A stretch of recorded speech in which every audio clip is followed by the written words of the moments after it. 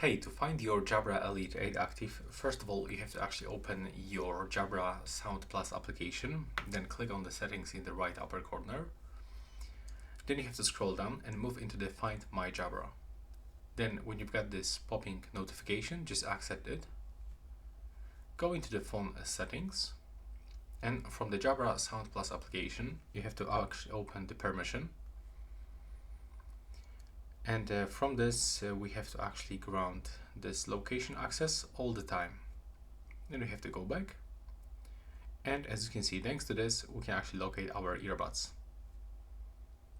So we can actually do this on the map, and also we can locate by sound.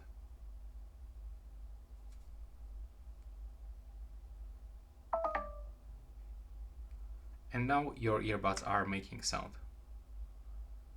So yeah, this is it.